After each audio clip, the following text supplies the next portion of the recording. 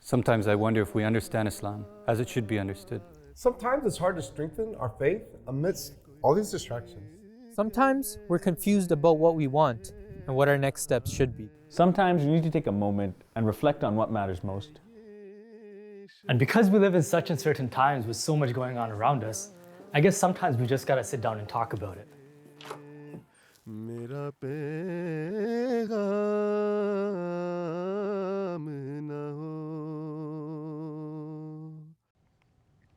Bismillahirrahmanirrahim. So growing up, we were always told about the importance and blessings of Jama'at work. And when we were atfal, we were always given some small tasks and duties to do, and we were so excited to be doing them. As we grow older, we see that a lot of khuddam are dormant. They're not giving any time whatsoever to Jama'at work. What are some of the causes? I as a guide, I identified a few reasons, and they may be just individuals or khuddam in their families. They tend to end up being the breadwinners, or their families have to rely on them, and so they become so in tune with just work that they can't balance anything else. And that's one example. What do you know, Jalise? I feel like it'll be a chain within the family. Like, for example, if a family is not active to begin with, and they started getting the tifl involved, and he's getting involved with the classes, when he reaches a certain age of 15, 16, he won't get involved at all because the father figure is not involved in the Jama'at. And it always starts from home. If anyone from Jama'at is going to reach out to that individual, it's not going to make a difference unless people within the family or the household are active, whether it's coming from the nurturer, like the mother, or the person who's giving, the role model being the father in that situation, or whether it's for a girl the mother being the role model. If the parents aren't active, then there's no push towards them. They probably just don't understand why it needs to be done. They probably just think of it as just a mundane tasks and things that are just a waste of time now, right? Something extra that they just have to get up, get ready, and go and do.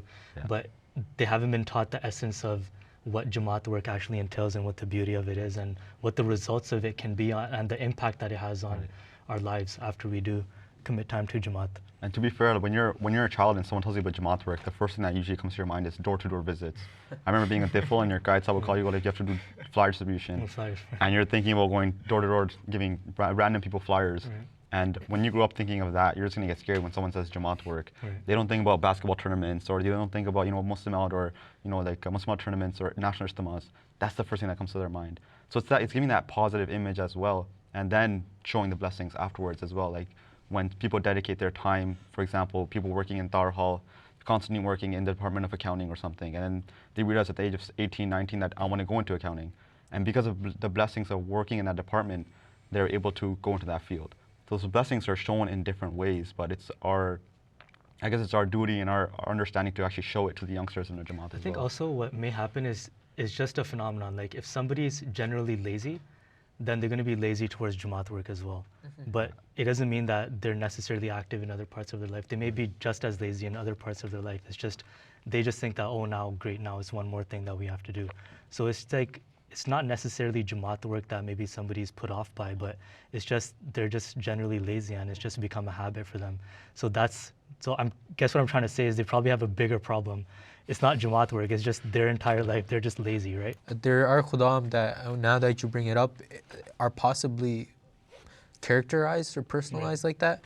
And so I think like another reason is just like kids are more like itfal, like they were more pure. They had no other resources or responsibilities.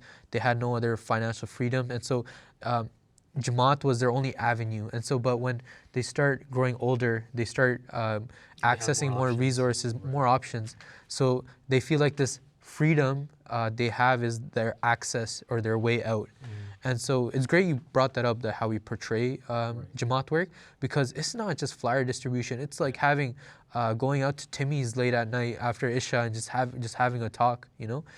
People forget about that. That a lot of Jama'at work is just brotherhood, like going out with your brothers.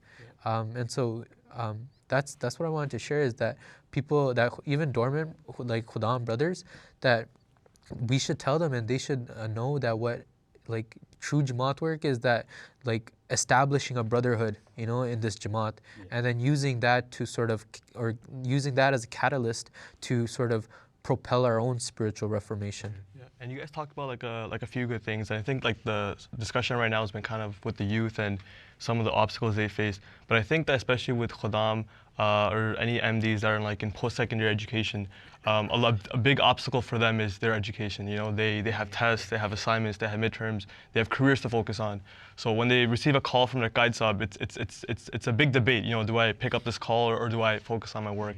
But I think one thing that is a big misconception amongst our youth is that, you know, Jama'at is a catalyst, like you mentioned, for so many different things. We're involved with so many organizations, the Canadian Blood Services, Run for Vaughan, all these things. There's so many different skills, and whether it's communication, collaboration, networking, like you learn from Jama'at work itself. I remember being a youngster, older guys would always tell me that, you know, I excel at my job because of Jama'at work. And I never understood that as when I was younger, but going through the process, seeing how we're so involved in different organizations, you pick up these skills. So I think that, yes, there's definitely a spiritual aspect of Jama'at work. It protects you. It saves you from all sorts of evils. But at the same time, you also develop as a professional, as someone, as all these skills you can use in your professional life. Yeah. I think this point you brought up is really interesting because according to, for example, commentary of the Holy Quran, Hazrat Muslim Radhiyallahu Ta'ala Anhu writes that when somebody spends out of their wealth, you know, like we spend out of everything that God has given us. So we spend our time, we spend our wealth, we spend out of the knowledge that we've been granted, we spend, if we have health, we spend out of that as well. And the reason is, I mean, why do we give financial sacrifice? So that we can bless our wealth. So if we spend out of our time, then the rest of our time is also blessed. That's what people might not realize because they think that it might be a waste of time, but little do they know that the rest of their time is being blessed, and then whatever they focus on afterwards, that's also being blessed. So like, I mean, if students have, you know, tests coming up, and I mean, it is difficult being a student in post-secondary and then having to do so much Jamaat work as well. But I think if we come at it from this angle that the rest of our time is going to be blessed, if we give time to Jamaat, then it just opens up our horizons, right? I think mentioning the student aspects, we're all students in our day.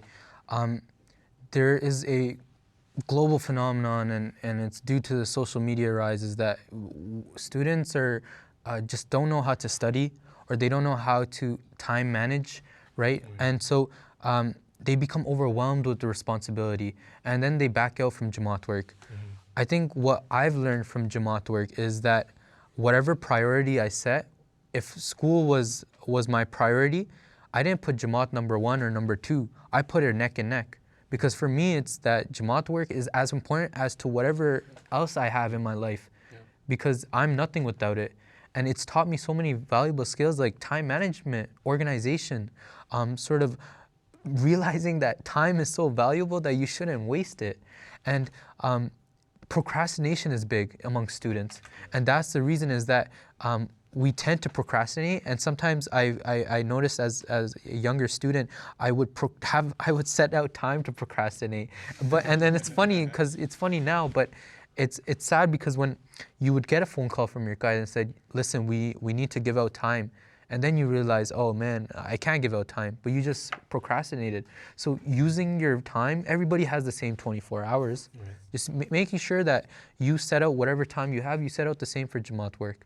And what does Jamaat work mean? I mean, like, we haven't like operationalized the term. Right. What would you say, Murabbi Sahab? I mean, Jamaat work entails, I mean, people would think that it's just, you know, for example, in duties like in MTA, like Jamaat, that would be Jamaat work, working in MTA and coming and, you know, setting things up and, you know, doing camera work and all that kind of stuff. But it entails a lot of other things as well. Like, for example, when you were speaking about Brotherhood, I think this is something that attaches itself to Jamaat work. So although we may be doing Jamaat work, like sitting in an office and doing paperwork if we're working in finance office, we're doing Jamaat work. But then, you know, we're in that environment that is helping us with our deen and our religion, right? So it's conducive to that environment. There's 1,000,001 different ways to serve Jamaat, right? Like youth might not even know this. They might think that, you know, Jamaat work, as we were saying before, people might think it's flyers when Khuddam al-Ahmadiyya calls you, you know, wear your shirts and that say that, you know, like the Messiah has come and give out the flyers and stuff like that. Tika, that's Jamaat work in one way, but what is attached to this activity that you are doing? That's what's important, right? Otherwise, the Jamaat work could be anything. It could be something mundane, it could be something exciting, it could be anything, but what comes attached to it is what's most important. And I think that way, if we look at it from that perspective, Jamaat work becomes a very powerful means of safeguarding ourselves from social vices, right? And social evils that so many youth get involved in. So if they were to give more time to Jamaat, they would sort of thrust themselves into that environment that sort of helps them spiritually. Otherwise, back to your question, what does Jamaat work entail? It's 1,000,001 different things. It could literally be anything and everything, right? That's a good point. Like, whenever there's an environment that you want to stay away from, the best means is Jamaat work. And a lot of times, you know what, like just going to do one thing like a food drive, it'll push you away from the bad environment. That waste of time, the vain desires are getting pushed away at that point. And you know, it constantly helps us. Like certain times, like a khadim who's inactive or lazy, take him up from one thing, he'll find a passion in something. You know, like, guys, so we need to focus on this and that. And I'm like, where did this passion come from, right? And a lot of times you'll see the lazy khuddam or khuddam that are completely inactive, they become active because you reach out to them once or twice. You know, and the idea of reaching out to them for Jamaat work comes because of, you know, like our teaching. Like, for example, in the Quran we're taught, you know, we are raised as the best of man to do good works. You know, but then what is good works? You know, like a food drive, a blood drive, it can only go so far, right? Reaching out to a khadim who is inactive totally and not doing anything with his life, pulling them forward, that's an amazing work, you know, for not a department holder, but anyone, you know, and focusing on those individuals and pushing them towards Jamaat work, it keeps them away from the vain desires and a materialistic world and whatever it is, and pushing them towards education. Because I remember when Sadr Saab once visited our school at New York University, he reminded us that we are nothing without education. If we're not going to educate ourselves, then as a Jamaat member, we're not going to be valuable. So like when people get involved in Jamaat work, they see the understanding, you know, why do we have to educate it? Why do we become a murabbi? Why do we become a certain role or a post? Why do we need these things? Because Azur is constantly reminding us that we have to be the best at what we can be. And if we drift away from Jamaat work, we don't learn those lessons. And like being the best at something, whether it's something small, like you could be the best at like your sales job or whatever, but then you move forward from that. And unless people tell you have to be better and better, then you're not going to get that excitement, that passion that gets created from Jamaat work as well. Me and Khizr actually like did a lot of Jamaat work together. He's a couple years older than me, and so just entailing the essence, you mean like the importance, but also the essence of Jamaat work and what the value it can give to you. And like I was struggling through a point in time in my life, and so I went to Khizr, and Khizr told me that, bro, just do Jamaat work and focus hard in school, and whatever you desire in school, it'll come to you. Just don't compromise it. And so I went through with it. I had a khidmat, or I had a service that I had to do, and I tried to fulfill it to the best of my ability. And whatever problems I had in school, whatever I was going through, I persevered through it. And where I'm at, alhamdulillah, now is like I never thought about even being at this point of time or using this as a catapult. Like I never see myself 2 years ago. But so even like going back, like having a support system in Jamaat is what also like is that Jamaat work. Like when you're serving the community, you get to network with brothers in your own Jamaat, right? And you get to know brothers, like you live in Mississauga, I live in Mississauga, you live in Bradford, he lives in Toronto. And so we get to meet each other throughout this Jamaat work. No matter what's going around in our lives, right? People come and go, like we get laid off at work, fired, like people come and go at work. And people come and go in school too. High school people change. But have you ever noticed that Jamaat people never change? You come to the same events, Sirat al-Nabi Jalsa, Muslim tournament, our brothers are always there. Yeah. And I feel like they'll be there until our last breath. Like even if they move to another country, they'll still be there. And this is the value it gives to us because it gives us a sense of community. I think Khizr is really proud, you know, because you came to him, and now like as you're speaking, you know, I see like a tear come out of his eye. Like I'm so proud of you. You touched on like two great things. Number one, the aspect of brotherhood. Like if you reflect, you know, your closest friends are people you go to the masjid with, people you break fast with, people you play ball with at Muslim tournament. You know what I mean? Like these are the guys that, you know, push you to be a better person, and you pray with them and all this stuff. You sacrifice with them, and there's no like stronger bond than with your like, you know, MD brothers, right? So I think like that's an extremely valid point, and that mentorship and that support system. A lot of people don't have that. If you look at, our fellow students in like universities, depression is huge amongst these guys, right? And a lot of it comes from the fact that they don't have a genuine support system. They don't have anyone to turn to. I know that something goes wrong, okay, I can call my guys up, I can call this guy, that guy. They have my best interests in mind. Like, there's such a comfort in that. And number two, you mentioned the fact that prioritizing Jama'at work. It's funny. If you sit down and actually time yourself when you're studying, you'll see that like 3 hours will be spent on YouTube and 2 hours will be spent on actually doing your work, right? And picking up your guide sab's call, doing that hour, 2 hour task, like that's not really like a huge deal if you actually just analyze it minute by minute, right?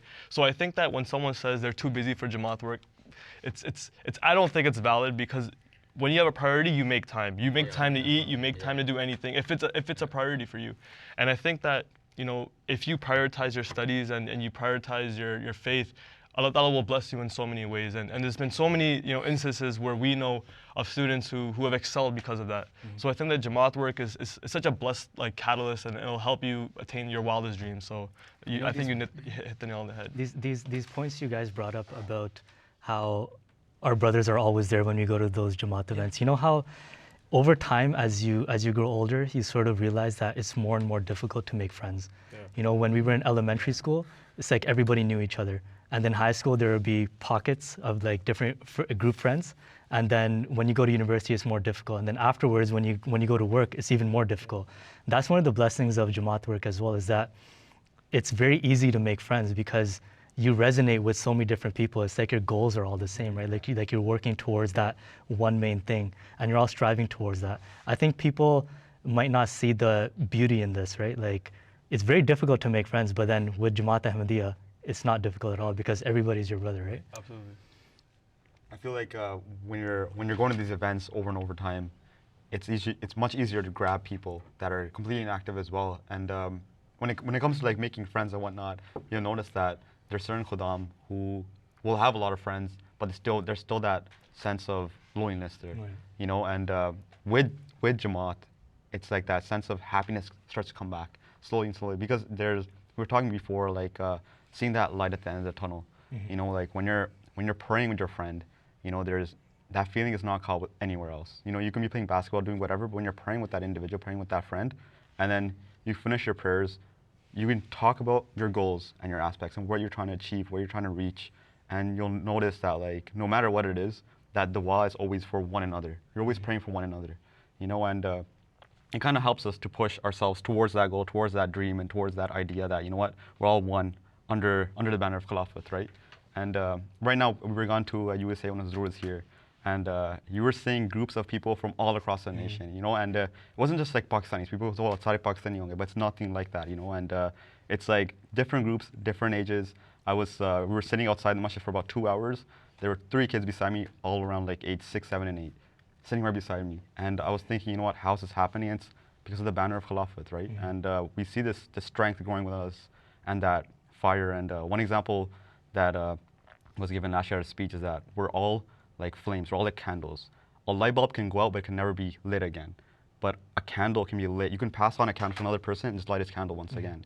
And that Khilafat is that flame, right? And we remind ourselves through writing letters to Hazur, through the contact with Hazur, mulaqat with Hazur, to bring them back and engage into Jama'at events and whatnot. And once again, always comes back to Khilafat and Jama'at works. So, I mean, if somebody is not involved in Jama'at activities, what's the first step that they can take after listening to you guys and all of the great things that you have said about Jama'at work and how it has changed your lives and your life as well?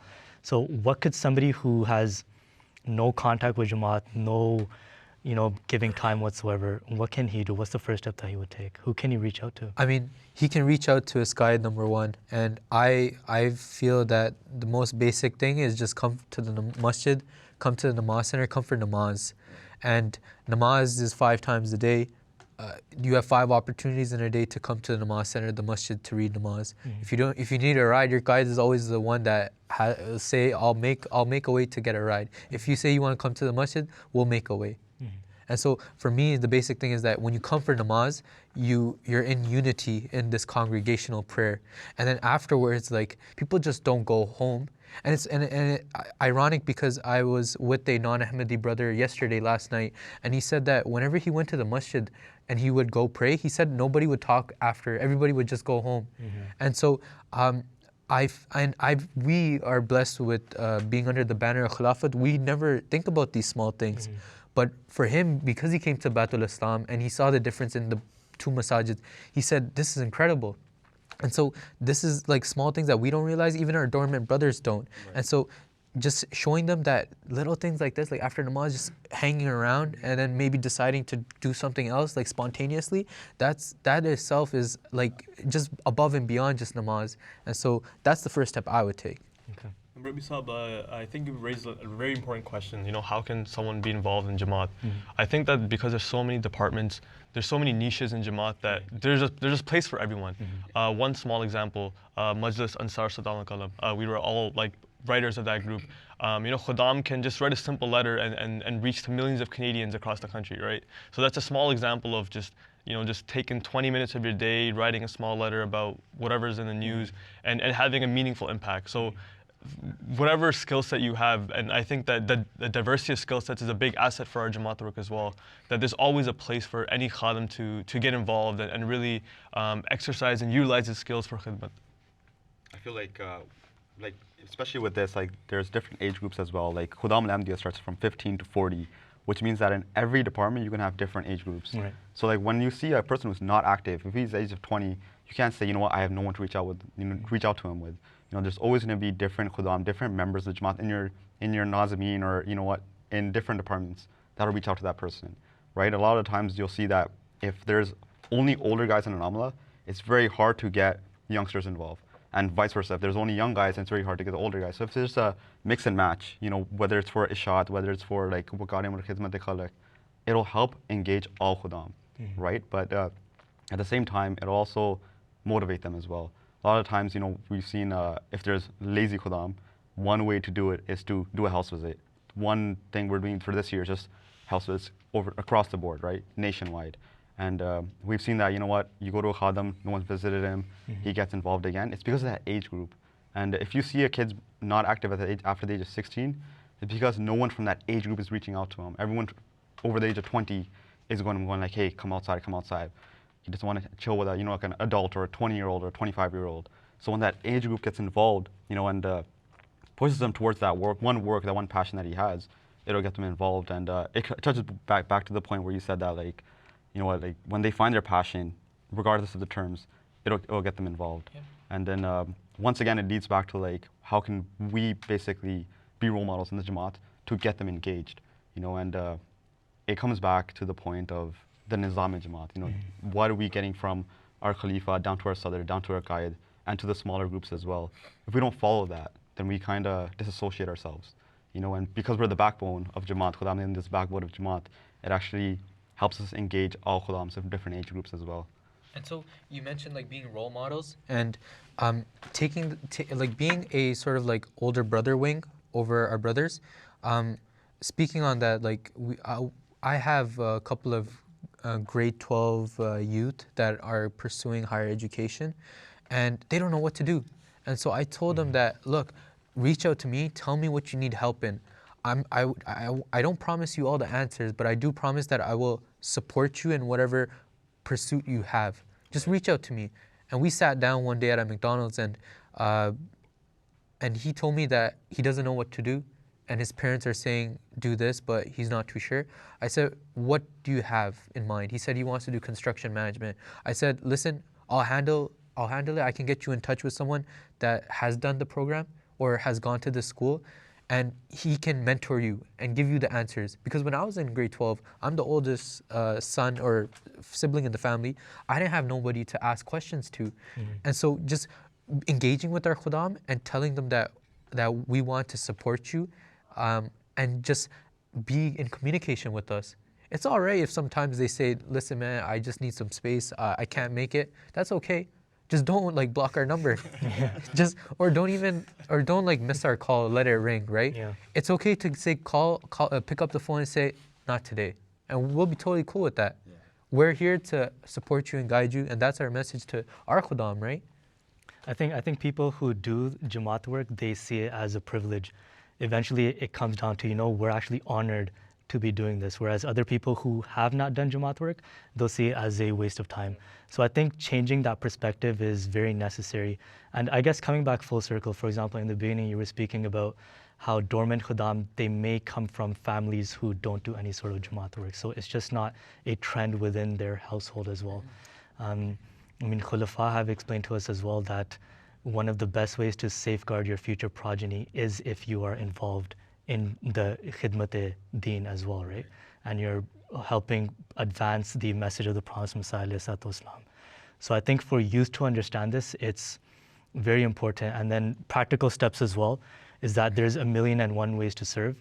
It's just a matter of, getting up, managing your time and starting. And then eventually you'll start to see blessings come in your life. And that will be Allah Ta'ala telling you that because you got up and you walked towards me, then I'm going to run towards you, as per ahadith that we learned.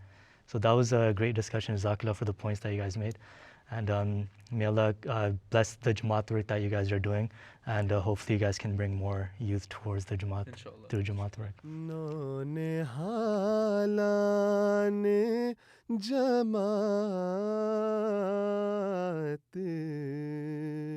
मुझे कुछ कहना है पर है ये शर्त के ज़ाए मेरा पैगाम